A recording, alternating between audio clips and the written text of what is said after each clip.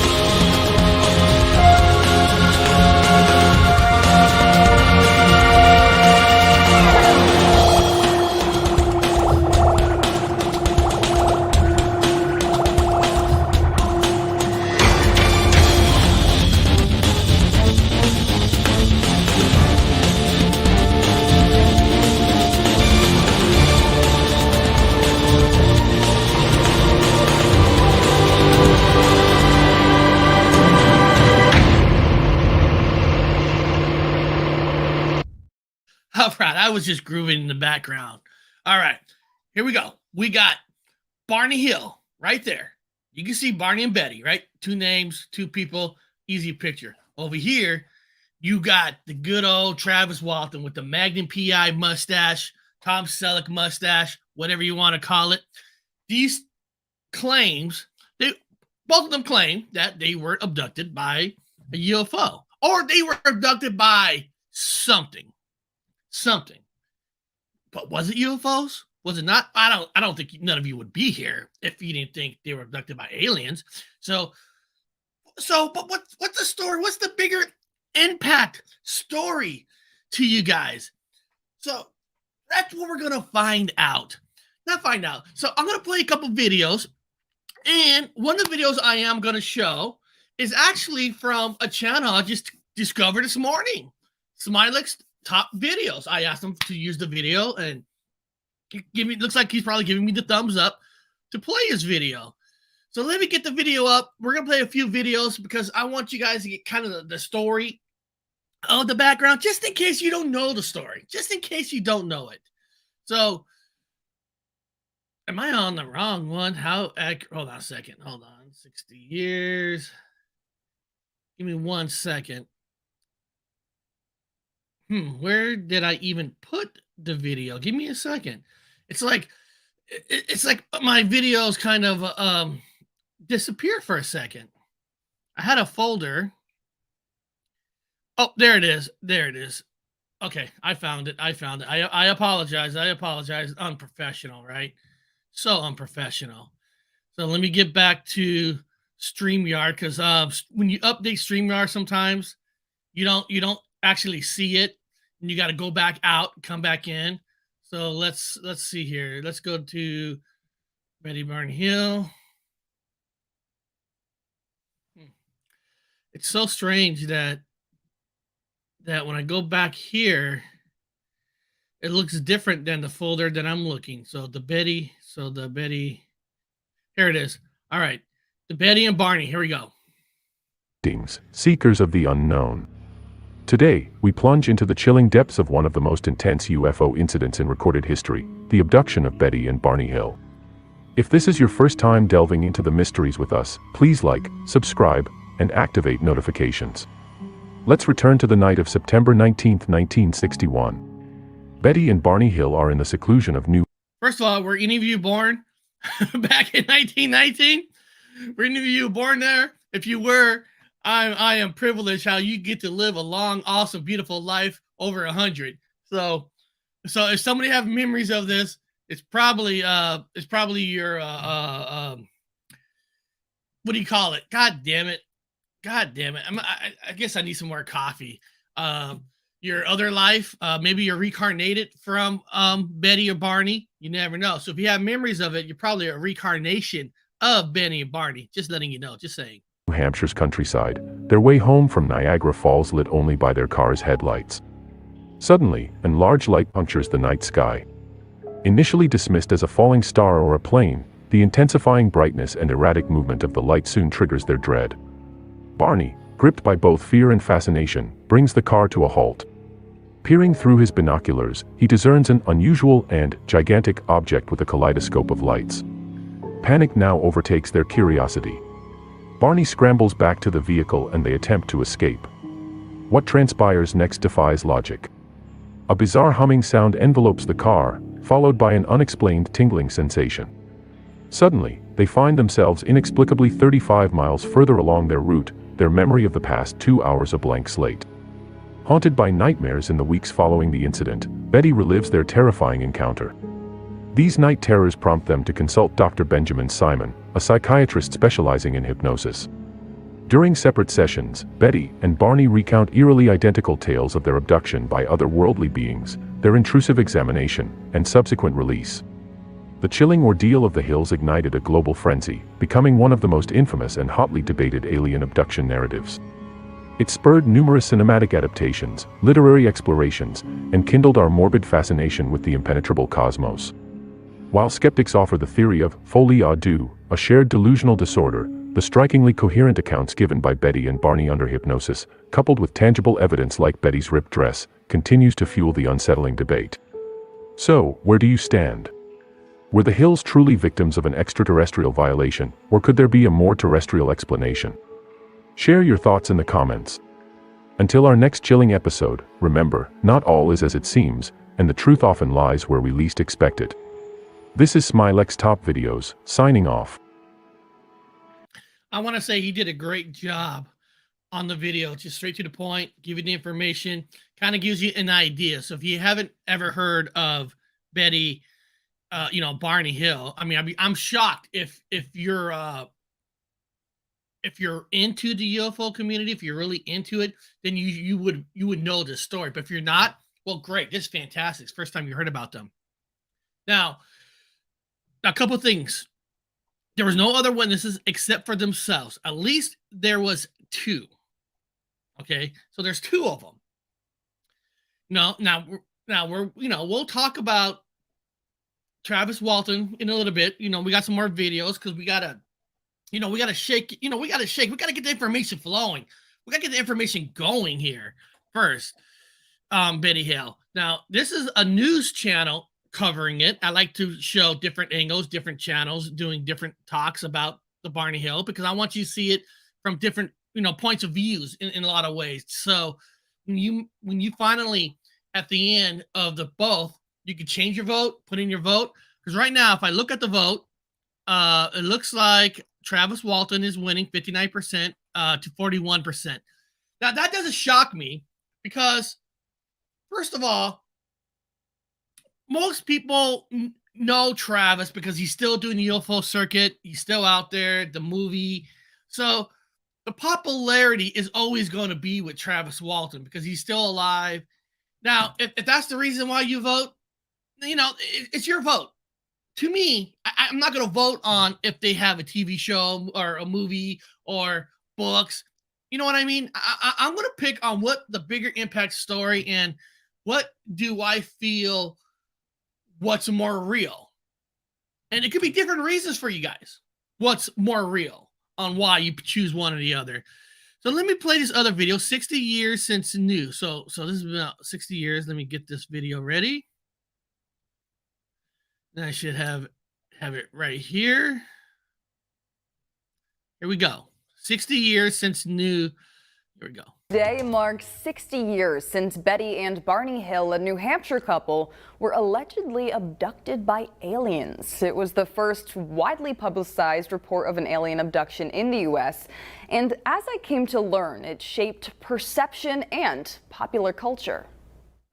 Not to carry it too far, but they were kind of the Adam and Eve of alien abduction. A quiet, unassuming New Hampshire couple with a story that would shape what's out of this world.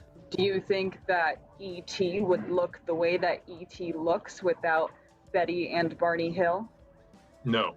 Bill Ross, a professor emeritus at UNH, is responsible for curating the school's extensive collection on the Betty and Barney Hill abduction. Betty and Barney Hill's collection gets 17% of our web traffic. As the story goes, on September 19, 1961, Betty and Barney Hill were driving home from their honeymoon in Montreal. As they drove through New Hampshire's White Mountains, they said they were followed by what felt like a spotlight. Eventually, they pulled over and said they spotted a ship floating above their car. They were kind of enveloped by this light from the ship that they had seen and then kind of blacked out. When they came to, they said they were in their car, miles down the road, and couldn't remember the last 2 hours. There were mysterious marks on their car. The zipper on Betty's dress was torn and it was stained. The strap on Barney's binoculars were broken. For the most part, they kept their story quiet. But after experiencing nightmares and anxiety, the couple turned to hypnosis to see whether there were suppressed memories of the event. First of all, I want to know in the chat. You guys are all wonderful people in the chat. Hypnosis. First of all, do you guys believe that you could get the truth out of somebody with hypnosis? Put 1 for yes, 2 for no. Or put yes or no. Doesn't matter. 1 for yes, 2 for no, or just put yes or no. I'm curious. What are you guys' feelings about hypnosis? You think hypnosis is true? That you can get the truth out of somebody? Or is it just like leading them into some kind of an answer, depending on who does it? So I'm really curious. What do you guys think of hypnosis? Dean and P says 1. All right. So we got 1 yes already. A lot of people ain't here today, but hey, you know what? They're missing out a fun show. If they're out doing something else, doesn't matter. All right. We got 2 for yes. And this is important. This is what we're doing this. I'm curious. So we got 2 yes. And so far 0 for no's. Ida says 1. All right, we got 3 yes. That hypnosis can work. And that's fair. That's fair, Shelly. I mean, it's fair. I mean, it's I guess you might have to do it yourself and then maybe have a recording and see if something unlocked and is true. I mean, I am okay, that's fair. That's fair. Because if we to believe that hypnosis does work, you know what I mean? If it does work, and if we believe that it works, then their story in that point of view is real because it can be suggestive. And I'm not, it could be, I don't know. You know what I mean? I mean, it's like, I always ask myself, would I want to get myself under hypnosis, right? Do I want to? Do I want somebody to mess with my brain? It's a question of all questions. Do I want them to? So, sometimes I thought about going under hypnosis to understand more of my Gettysburg story, right? So, hypnosis, that's a question of all questions. So, if you're a believer in hypnosis, then you're probably a believer in their story. If you're not a full believer, then you're going to question the story, which is normal, which is fine. Let's hear more of this. It appears there were. Eventually, a Boston reporter picked up their story, and readers went crazy to learn more. They went public basically to try to own their story because, they were kind of thrust into the limelight without their permission. That story, believe it or not, has had a lasting impact. My fascination is just with the impact that their story had. And guys, let me also bring this up. First of all, let's think about this for a second. It was 1919, and you have a mixed marriage, black person and a white woman. You know how brave they had to be for that? How much hatred they probably went through? You see hatred nowadays, and this is back in 1919. Think about the hatred you get from people as it is.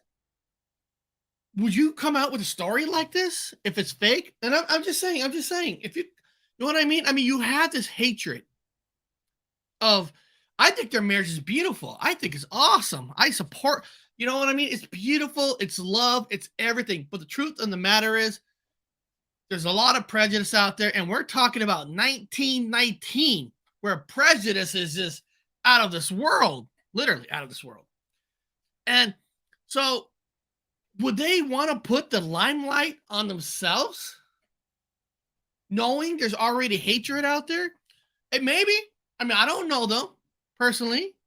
I don't know them. But that's ballsy if they did. That's ballsy. And that's one of the reasons why I'm more on something happened to them. Because I can't see two people fighting to show their love where there's hatred out there. And you're going to put this in the story, in the newspapers, and you're going to put a limelight on you. You know what I mean? And listen, guys, 1919, the hatred's even worse than, it's hard to say, because people do bad things to other people, especially in 1919. So all I know is as a couple, they're one of the bravest couples I've seen that back in those days to do that. I mean, that's for me, of all things, that I support them 100%. Now, what does Joe Rogan think of this? What the hell? I found a video of Joe Rogan. I said, well, you know what? I'll play a little Joe Rogan. Let's see what Joe Rogan says about the Benny and Barney Hill story. A lot of them are when people are driving, right?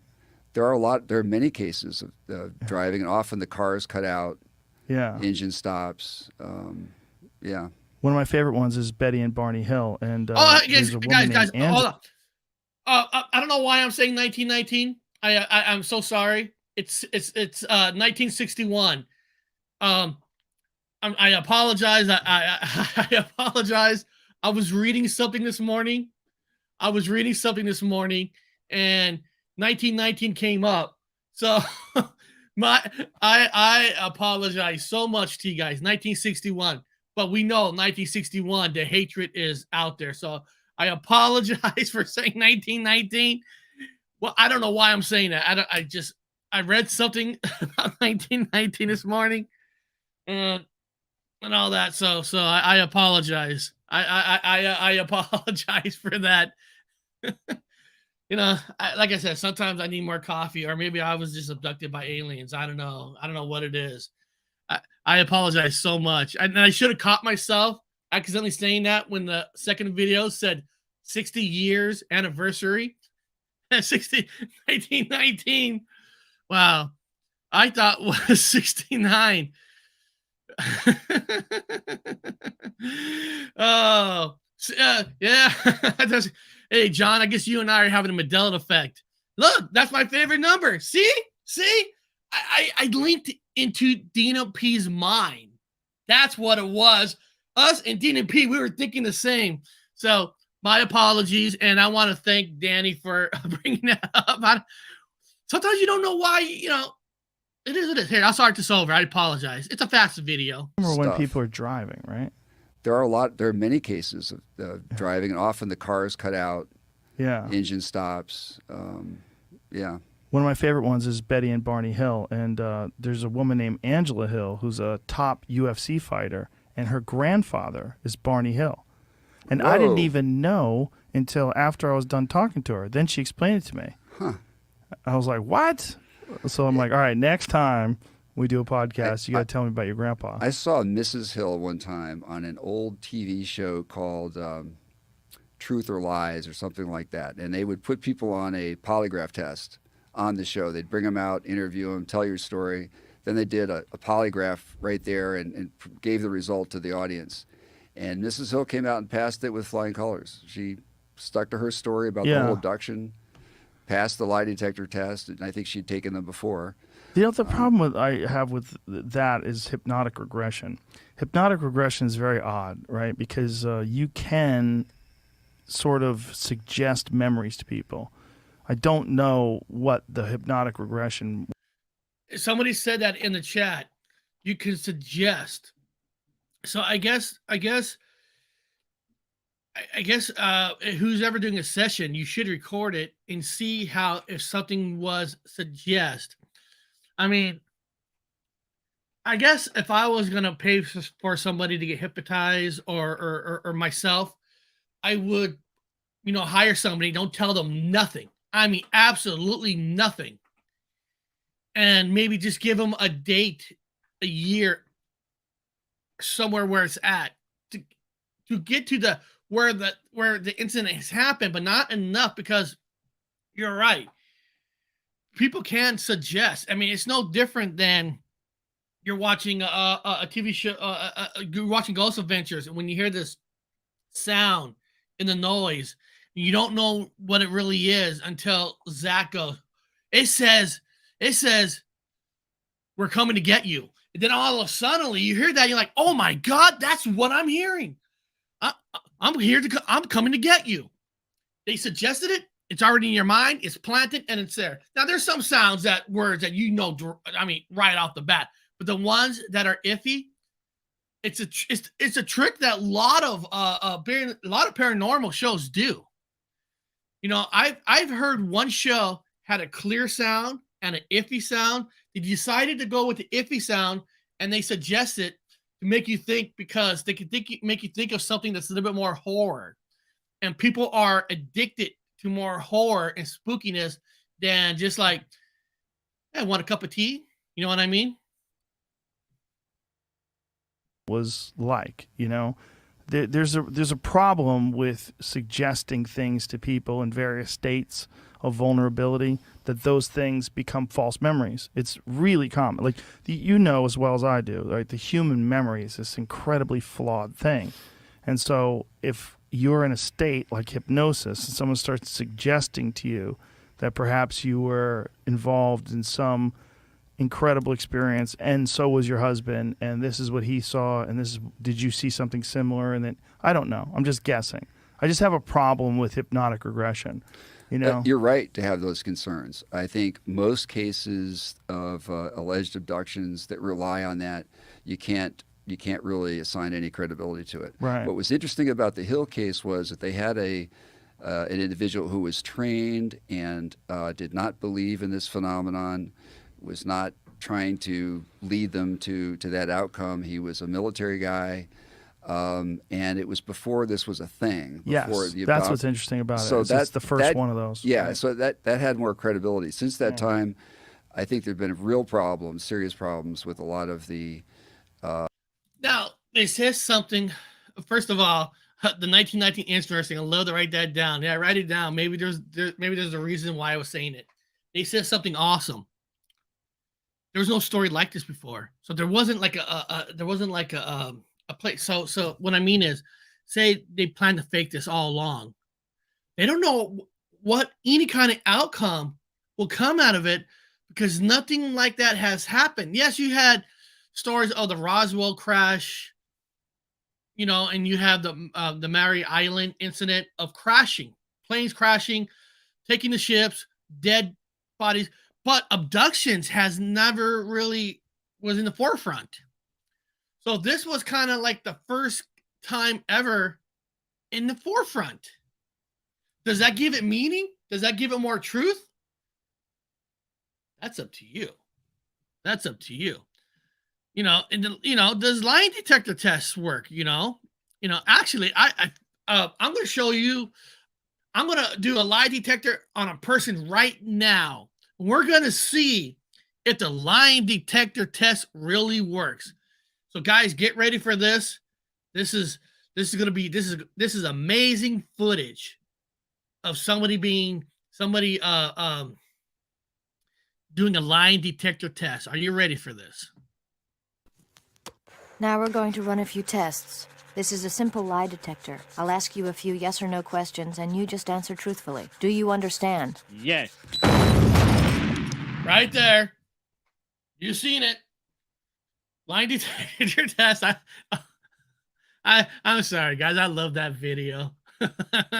I just love that video. I got to play it one more time because I just love it. Do you understand? Yes. Of course, you know, the joke is he doesn't know. Here we go. One more time. Now we're going to run a few tests. This is a simple lie detector. I'll ask you a few yes or no questions, and you just answer truthfully. Do you understand? Yes. I love it. Now we're going to run a few... I love it. I'm sorry, guys. I love it. Now the last clip that I'm going to show of Betty Barney is an interview with Betty Hill. I always want to say Benny Hill, like the Canadian, or not the Canadian, the UK guy who slaps girls on the head and stuff. I always want to say Benny Hill. Like, and anybody knows what some of you people know what I'm talking about. Benny Hill. Let me see here. Benny Hill talks about. Let me see. Benny, where is it? Benny Hill interview. Benny Hill. Here we go.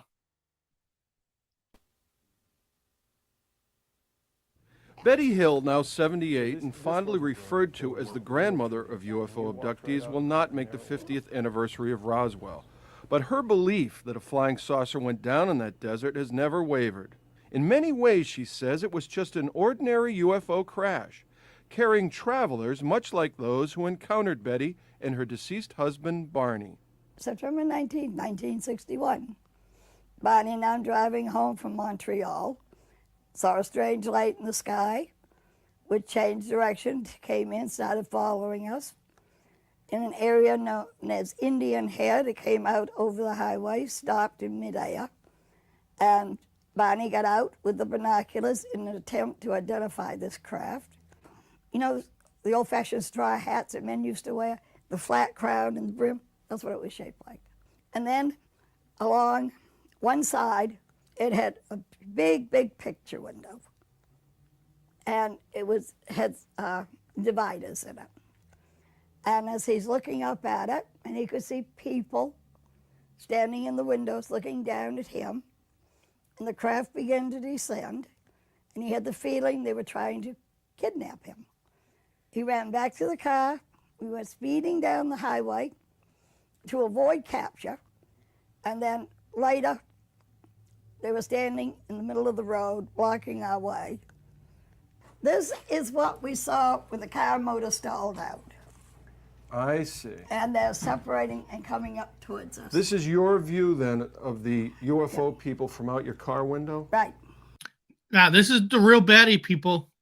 This is the real Betty. I thought it's important for you guys to hear from her because you heard the other stories and stuff, and at her age, I mean, she's still telling the exact same story they told from the beginning. There's really no changes into the story. So, you know, I don't know if I'm convincing you that this is the bigger story for you, but this is why we're doing this show, which is the bigger story. And I think it's important if there is footage of the original person talking, so you can look at her, study her body language, and look how she tells the story. So just kind of like stare at her, you know, because you can tell a lot by a person if you look at them, and you could get a feeling if you think that somebody is telling lies or truth. Now, don't get me wrong. There's expert liars. I get that. I get that. But just listen to her talk, really look at her, and see if you get that feeling if you think she's telling the truth or not. Okay, so I count. This is our first view. There's about a half dozen there. Actually, there were 11.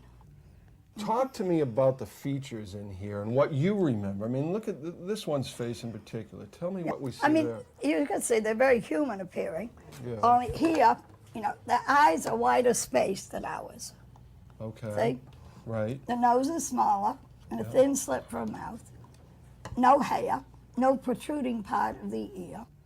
We were taken on board, and we were told to relax, no harm was going to come to us, and we did. And they did some testing of both Barney and me, and showed me the star map of where they were from. There it is. Yeah. Well, okay. This is the map you drew. Yep.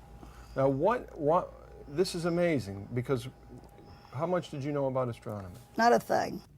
About 6 weeks later, Barney and I had gone out in the evening, and when we came home, on the kitchen table was a pile of dried leaves, which wasn't there when we left. And when I went to clean up the pile of dried leaves, there was my blue earrings I was wearing that night. Wow. See, the experience itself happened in 1961, but it was not known. 1961, not 1919. Which maybe I did a time travel thing back to 1919. I'm gonna have to research 1919 now for myself. Until a Boston newspaper reporter found out about it. And it ran for 5 days on the front pages of the Boston newspaper. I went on TV. I was questioned by F. Lee Bailey. And then I sat down and had lie detector testing in front of the whole country. And I had very, very high ratings for honesty and truthfulness. Whether you believe her or not, Betty still gets letters from well-wishers and UFO investigators the world over. This is an investigator from France. Sometimes there'll be a knock on her door, a fan dropping by for an autograph. And every once in a while, Betty will step out on the back porch to get a glimpse of what she claims is another visitor from far away. All right. So I don't know if you were more on Travis, and now after watching this, you can be more towards Barney and Betty. I don't know, but right now you can put in your votes right now, and right now it's 52-47. So it's kind of close. It's kind of close. Even and I'll tell you after the Travis part. I'll tell you what I lead on. What side do I choose? But so far, that's the Barney and Betty. Just watching her speak, I saw several videos, and something happened to them. You could tell she knows what she's talking about. And listen, do I truly know she was abducted? How can I? I wasn't there. I wasn't there, but for being a mixed couple in 1961, coming out with a story like this, I mean, my God, why would you do it? You know what I mean? If you're lying, why would you put a bullseye on you when you know there's people hate it, or there's hatred for you both just because of your skin, which is totally wrong. Totally wrong. But that's the truth. 1961. So, is that what's going to tip me over to pick the Barney story over Travis? I don't know. But let's get over to Travis Walton, the famous Travis Walton. Now, Travis Walton is, it's kind of interesting. Hold on a second. Let me just play this video of Travis Walton to give it a little bit of a background. This is Travis Walton UFO incident here. Let me get this video up, give a little background, and we'll start talking about Travis Walton. Travis Walton UFO incident. Here we go. The Travis Walton UFO incident was an alleged alien abduction of an American forestry worker, Travis Walton, by a UFO on November 5, 1975, while he was working in the Apache Sitgroves National. So the first story is 1961. Now this one is in 1975. So years apart. So what I'm saying is there's already been an abduction story that if other groups want to fake something, there's already precedents now on another story. I'm not saying this is fake at all. I'm just saying the difference between so far with Travis and them, they had no previous story of an abduction. Yeah, there's UFO crashes, but never really truly a UFO abduction that was out in the news. Because there might have been, and nobody talked about it. So I'm not here to say the first abduction ever was 1961. That's the first time that we've heard of an abduction story through the news and newspapers. So there's probably been abduction stories all throughout history, but 1961 was the first one that got everywhere. Okay. National forests near Snowflake, Arizona. Walton reappeared after a 5-day search. The Walton case received mainstream publicity and remains one of the best-known alien abduction stories. Skeptics consider it a hoax. Walton wrote a book about his purported abduction in 1978 called The Walton Experience, which was adapted into the 1993 film Fire in the Sky. According to Walton, on November 5, 1975, he was working with a timber stand improvement crew in the Apache Sitgreaves National Forest near Snowflake, Arizona. While riding in a truck with 6 of his co-workers. So one main difference between Travis and Betty is it was just the couple, just those two. So percentage is 50-50. Here you do got 6 people. So there's a lot more witnesses. Now, of course, the leader of the group, Travis was marrying the sister of the leader. So you can always say they're always going to be teaming up together. I'm not saying they're lying. But one thing they have over the other ones is there's 6 of them compared to 2. That doesn't automatically say their story's true, but one of the facts is there's 6 of them, and there was only Benny and Barney. They encountered a saucer-shaped object hovering over the ground approximately 110 feet away, making a high-pitched buzz. Walton claims that, after he left the truck and approached the object, a beam of light suddenly appeared from the craft and knocked him unconscious. Thank you for watching. All right, so basically, I'm going to be showing you the live footage of Travis talking, of course. But the story is, they're loggers. They went to go log, and they were cutting wood. And now, during the night of the event, there was a fight between Travis and one of the workers. I forgot the name. That doesn't really matter. The car's driving back. They saw the light. They saw this thing. Travis went out and got hit. Now, there was a book after that. Now, to be honest with you, I never heard of the book, because you got to understand, for us, my age, there wasn't internet, TV, well, back in 95, we did have TV then. TV was a lot more up to that date, but I'm talking about the book after the event has happened.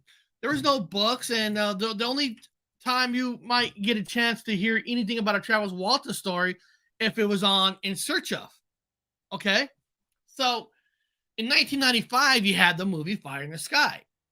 And that was the first time. Now, regardless of the movie not telling the truth, exaggeration, take that part out. But you could say that the movie brought attention to the Travis Walton story for the very first time to a lot of people, even to myself. I remember myself, my brother, everybody who saw the story, they went out to the libraries, and one of them got the books. Now, of course, we learned that the book and the movie's way exaggerated, but at least you could say the movie put it on the radar. Because otherwise, and that led to looking up other abduction stories. I've heard from a lot of people that it was the Travis Walton story that got them into the Barney, Barney and Betty story, which is good. See, that's a good thing. That's a good thing. You know what I mean? That's a great thing, because internet wasn't just like everywhere yet. And when internet was coming along, there wasn't all this information on that. I mean, now you type in UFO abduction, boom, bam, here you go. You got every alien abduction story there is right there. But even 1995, not everybody could afford internet. I don't anybody back in 95 had internet. I can't even really truly remember when internet, gosh, it's been so fucking long, when internet actually started to take effect. God, I can't even remember. I don't even know. But it's so different now. You can just type it in, boom, you got every information in the world. But back in those days, it took a movie, it took a TV show to make it. Now, if you're a person who don't investigate and you just watch the movie or TV show, then you're just hurting yourself with the true information. You're just hurting yourself. But like I said, the movie caused us to go get the book, and we learn the story and the course and all that here. And then let me play where the story comes out of Travis Walton and his brother. So let me pull up that video so you can hear it from the man himself at a younger age. I got an older age, and of course I got a younger age. So and his brother. Here we go. It was a little after 6 in the evening. We were coming out of the woods here up this road, and we saw this glow through the trees. And when we got in the opening here, we could see this object hovering over here. Real quick. And yeah, see, and the movie left out so much information. And he's absolutely right. But the good news is the movie made you want to, not everybody made you want to research, which we did, and found out the movie left out a lot of information and exaggerated scenes just to sell the movie. So, like I said, I look at the movie as a link into the story, but then it's up to you to actually really study the story. If you're going to base everything just on the movie you saw, then come on, you're hurting yourself. Stopped the truck, and everybody, wow. What did it look like? How big was it? How bright? It was about 20 feet, 25 feet in diameter, about 8 or 10 feet thick. It was a disc-shaped object, glowing golden color. I could hear it.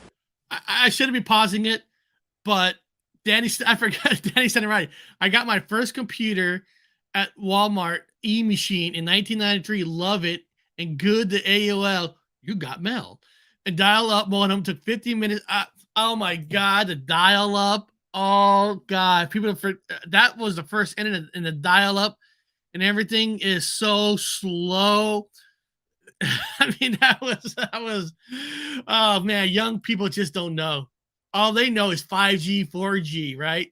They don't really understand dial-up, and AOL was the king of the crop. You got mail. Remember that famous? Did I say it right? You got mail. Or maybe try a little sexier. You got mail. Nah, I can't be sexy. What am I? I'm just a simple guy. Hear a sound when I got up closer, but it suddenly got louder and started to move in a kind of a wobbling motion, and that scared me, and I decided, I'd better get out of there. And so I raised up to go, and I just felt a numbing shock, and blacked out.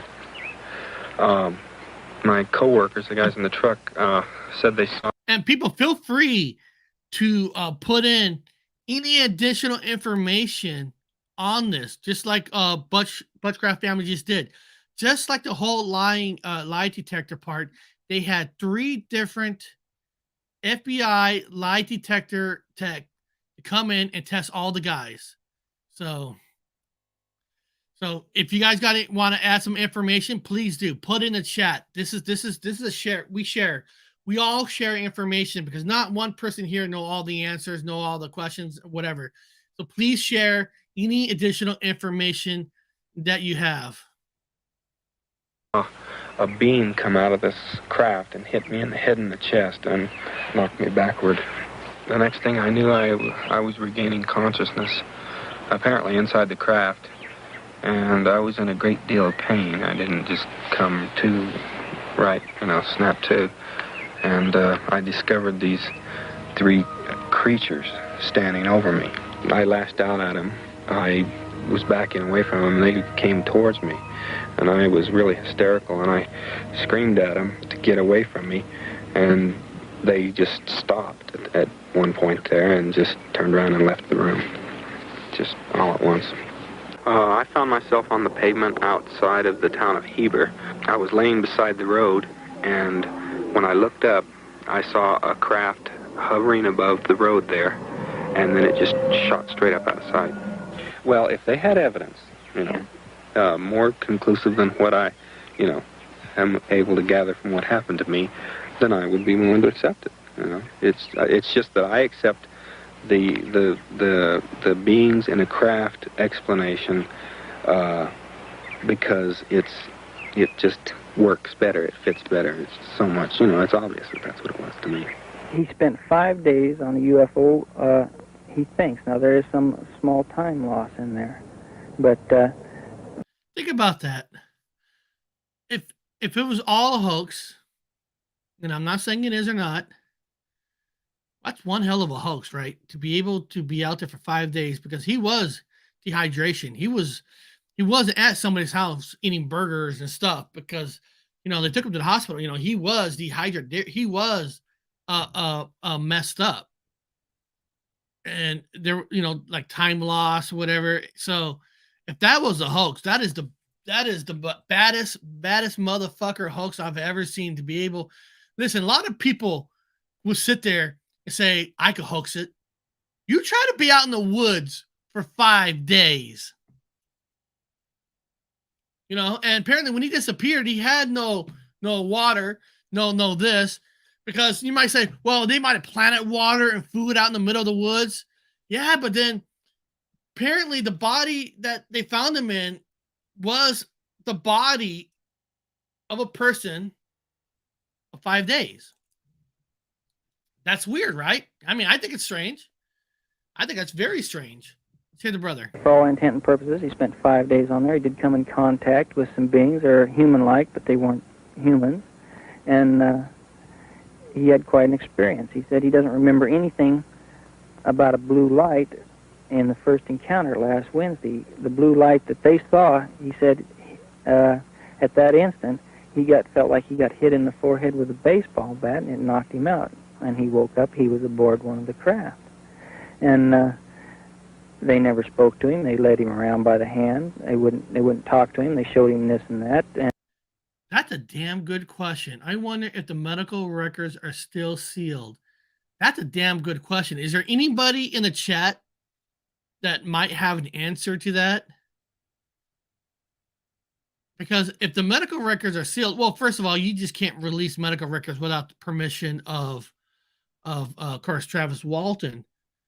But if they're sealed where he can't even give permission to get the medical out, why? What was in those records? You know what I mean? What was in it?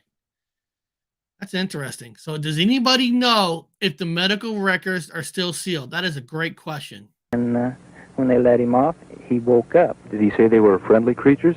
Smiled all the time, friendly, never harmed him. They were just as nice as they could be, but there was a total lack of communication, either verbal or mental. And he said that's what made him so upset, that he couldn't speak with them. That's what he was very, very disgusted about, that, nervous and just plain disgust, the chance of a lifetime, and they wouldn't cooperate. Eric, let's try remaking the scene of Travis. Remaking. All right, I'll pick 5 days. Let me see here. They kept him 5 days because they killed him by accident and take time to fix that. You know what? I heard that theory. I've heard that theory. Now, if you believe that he was truly abducted, then I guess you have to say that theory is a possibility. If you believe he was truly abducted. Some people believe that he was abducted by the military on a special ship. I mean, who knows? I mean, there's 1,000 theories. Now, of course, the brother speaking about the smiling, all that. I mean, what do I know? I mean, first of all, he's saying, he's giving secondhand information from his brother, but I'm sure he heard it fresh from his brother, but it's still technically secondhand information. And if he's got him up there, they probably, I don't know if he's on medication or not. So the smiling part, that could just be how the alien face looks. They weren't really that smart. They might not be like smiling like the way we smile, because our expressions is through our face. Their expressions might not be like that, like ours. So their face might be shaped a little bit as it looks like they're smiling, like they're happy. But it doesn't mean they're happy. Doesn't mean the aliens are happy at all, if you happen to believe the story. Now, lie detector test. Bushcraft family brought up, lie detector test. Now, do we believe that a lie detector test is real because the courts don't use it. The courts don't allow to use it anymore. But I do have a video on online detector tests on. Let's see what they think. How accurate are a polygraph test? There's a video on how accurate we think a polygraph test is. Amid accusations that he sexually assaulted 2 women, Lieutenant Governor Justin Fairfax released results of a polygraph test as proof, he says, of his innocence. So we wanted to know just how accurate are those tests? 13 News Now reporter Dana Smith is in the studio with a closer look at how they work. New at 5. We've all seen polygraph tests in action movies and crime drama TV shows, but maybe you're not as familiar with them as you might think. Is WVEC Channel 13 the best news station you ever worked for? Yes. I decided to put myself in the hot seat to find out if polygraph tests really work. Polygraph examiner David Goldberg of Executive Protection Group Polygraph Service says for the majority of people, they are accurate. But it all boils down to who the examiner is and the type of questions asked, so you don't get a false pass or a false fail. They do work, and they're about 98 to 99% accurate. However, polygraph tests are not admissible in court. Former FBI agent Stephen Foster says that's because there are people out there who can trick the test. A polygraph is not going to tell you whether the person is truthful or lying. That's not what it does. Foster says although polygraphs can be a useful tool for investigators in extracting confessions, there are some people who can essentially beat the test. Some people are just guilt-free. You know, they don't necessarily have a conscience, or maybe they refocus their attention in a different direction, or they control their emotions a little bit. And some people are able, during a polygraph, to tense up their muscles and change the blood pressure in their bodies. You know, and I get both sides. So the guy was saying between 88 and like 98% accurate. And of course, that guy says some people can't beat the test. And there is. But those guys took the test 3 times. I think one of them, if I'm right, failed because he was nervous. But when he retook it, he passed. They all passed. Well, but what are the chances of all 6 of them? Benefit of the doubt. Let's just say even 4 out of 6 passes the test. What are the chances of logger people know how to trick the muscle, or, you know what I mean, have the mind power to be able to switch it where you do pass the test? What are the chances of all of them? That's the weirdest part.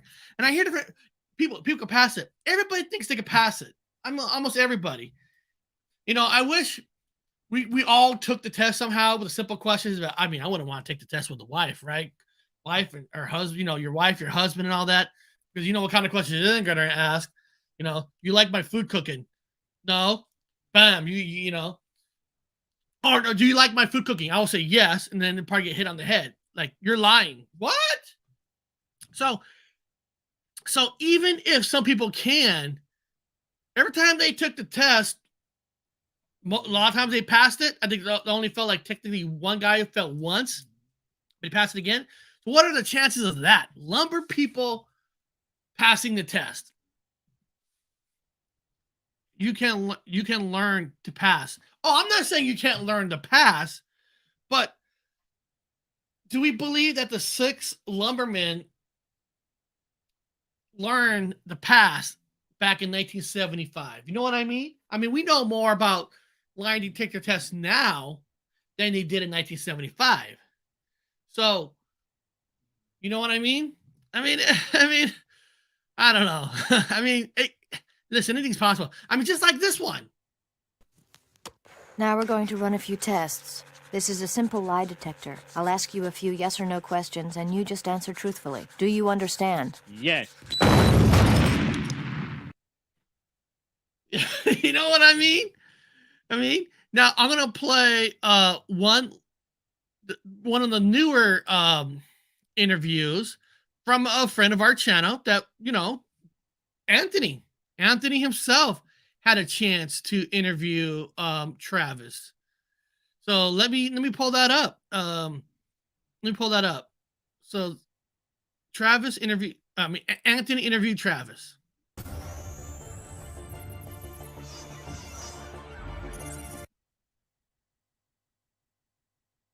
On my show on Identified as for a couple weeks ago, we were having a discussion about you had gone back to the forest many years later, and I believe it was mentioned that a tree core sample was taken from where the craft was hovering over. Would you happen to know whatever happened to those tree core samples that you guys had taken? And if you don't know what you're talking about, is, you know, when the ship arrived, there's a certain kind of radiation that, you know, hits the grass, the ground, the dirt, the tree. And apparently there were samples taken. So Anthony's asking him about those samples. You know, what's in those samples? Were they taken? Because a spaceship would leave a certain kind of radiation on the ground. So let's see. Well, I had some of them at my house. Oh wow, really? Yeah. So what exactly happened to the tree? The portion of it had like a sporadic growth in the area that the Yeah, craft there was covered? an abrupt increase in the thickness of the growth rings from that point forward. And so it was a lasting effect. You only get one growth ring per year, but it's accelerated or thickened growth rings went on for quite some time after the initial proximity of the craft to that. Wow. That's actually corroborated by Tom Reed's Berkshire UFO encounter, where the corn where the object was near grew to over 2 feet long. The actual ears of corn. Wow, yeah. Well, the accelerated growth in the case of these trees was surprising, or let's say counterintuitive, because you would expect radiation to just kill any sort of living thing. But there's research online showing that that's not the case. Even in the case of the Chernobyl accident, there was some accelerated growth. Yeah. All right. So what do you guys think now? Now, first of all, if I go over to the voting, wow, it's close. It's 52% Travis Walton, 48% Barney and Betty Hill. So I'll tell you guys what's the bigger story for me. It is, you know, for me, I feel that the bigger story for me is Barney and Betty Hill incident. They had no previous story to even make them think about, lying, making up a story. And I really believe, this is just me, that their marriage, they know there's hatred out there. Why would you make a story where there's no previous story of any evidence to show that good things come out of a story like that or bad things? For me, I just think they wouldn't be lying. And I will listen to her story over time, a bunch of different interviews, watching how she told the story. I believe she's telling the truth 100%. And Travis Walton, he's telling the story at 100% too. It's just, there's something about the Barney and Betty Hill incident for myself that I feel is the bigger story. That's just me. That is just me. Now, people in the chat, if you believe, I know there's a voting poll, but let's do it again. Put 1 if you believe Barney and Betty Hill incident is the bigger story. Put 2 if you believe the Travis and Walton is a bigger story. And guys, this is all for fun. We know these are great stories. We know there's some truth here. So we're not debating on who's the more liar. These are both great stories. But you can only choose one. Who do you choose? Let's see it. All right. Barney and Betty incident. Fantastic. All right. We got Dina P. picked Travis Walton. 1 and 2. That's cheating. You can't pick 2. 2 because I've been there. That's a good one. See, there's different reasons on why you pick them. There are different reasons. Just need physical proof. Listen. Paramedic is 1. Listen. I think there is the two best cases out there. Now that is true. I do believe these are the true best cases out there. I do truly believe that. Listen, at the end of the day, if you're into ufology, these are two probably are the greatest abduction stories ever out there. And unless you were there, nothing could be at 100%. I mean, we weren't there for both stories, both of these people's stories. We weren't there, so nothing could be at 100% true because we just weren't there. So we're basically basing our opinions on what's been given to us, what's been said. This is proof. This is not. Like the tree sample stuff. I've never had that tree sample paper in front of me with the group that took the test. I'm not talking about going to a second-hand, third-hand, fourth-hand person. Coming from the person themselves that took the test to come here. I have not seen it in person. Of course, 1961, I wasn't even born until 1973. Unless we were there, nothing is at 100%. So we're basing all this stuff on your own investigations, your own stories, and listening to people and getting people's opinions and all that. Now, I wish I can get Travis Walton on my channel, but apparently I'm on a blacklist. Certain people in the UFO community told these certain people that I'm a channel you don't want to go on. Why? I don't know. They're jealous. I don't know. Right? I think I treat everybody the same. I treat everybody with respect. My point of view is just make me a believer. Tell me your story. I'm not rude to people, but apparently I will never be able to have Travis Walton on my channel because I'm on the blacklist of not to go on. It is what it is. Some UFO channels, I don't know if they're. I don't know, right? I honestly don't know because I am not a prick to anybody. My brother claims I'm too nice to everybody, but it is what it is. It is what it is. Now, of course, Betty passed away. There's nobody there, but you know what? It's fun with speculations. Let's go real quick on what's coming up this week on my channel, just so you guys can see what's going on my channel this week, because I got every single link up. What the hell? Verify. I was trying to give me 1 second, guys. This thing is making me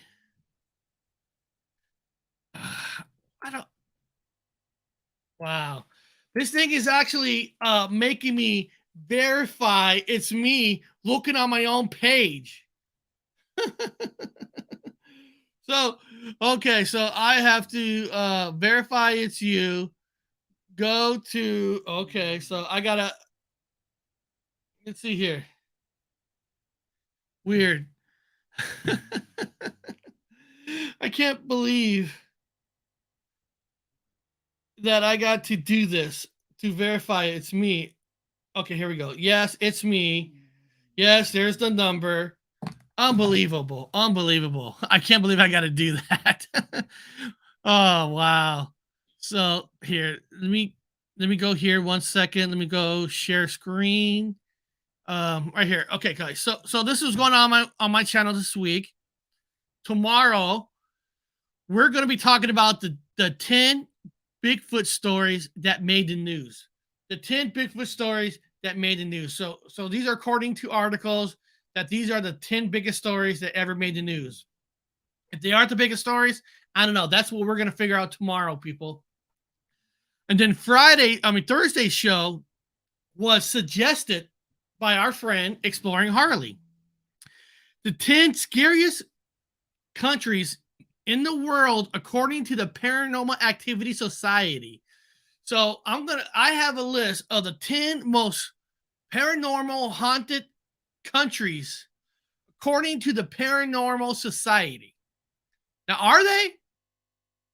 I don't know. I can't tell you. And then on Friday, Dr. Wu will be back, and we're going to be talking about was it giant people or aliens who built the pyramids? I'm very proud of that thumbnail that I made right there. I'm very proud. If you guys all look at that thumbnail for that Friday show, that's me carrying that rock. Just so you guys know, that's me carrying the rock. Yeah, you guys didn't know. I was like He-Man. So we got a kick-ass week. We're going to have fun. So best thing you guys can do is tell people about the channel, share it out, say, hey, this is the most open-minded show there is, because the truth of the matter is it's up to you guys to pick on what's your truth. It's up to you guys to pick on what you believe is real evidence, not evidence. What's, you know what I mean? It's not me trying to pressure you guys into picking one way or not. Like I said, the bigger story for this is Barney and Betty Hill. But if you pick Travis Walton, I understand that 100%. You know? And we do this for fun. And then when we go to like the 10 countries of the most paranormal, now that's going to be fun too. So it's all going to be fun. We're here just to have fun. Beyond that, I appreciate every single one of you. So, guys, please leave me a comment. If you can, please leave me a comment. Some of these shows that I do, I'm only getting 1 or 2 comments. Only 1 or 2. So I don't know if you guys are liking the show, hating the show, or not. You know, Danny always leaves me a comment. Dean and P leaves me a comment. You know, there's more people that leave me a comment. But if you can, please leave me a comment. They say it helps the algorithm. I don't give a shit if it helps the algorithm or not. I just like it when you guys leave a comment, because I try to respond to every comment. I really do. You know, what you like, what you don't, what you hate, you know. So if you get a chance, please leave me a comment. Beyond that, you know, like Danny writes, you know, like Danny writes in his when he goes on other channel, he writes in the chat, you know, let's take a ride. You guys hear that? Come here, everybody. Come here, everybody. Let's take a ride. On the what? Let's take a ride on the paranormal.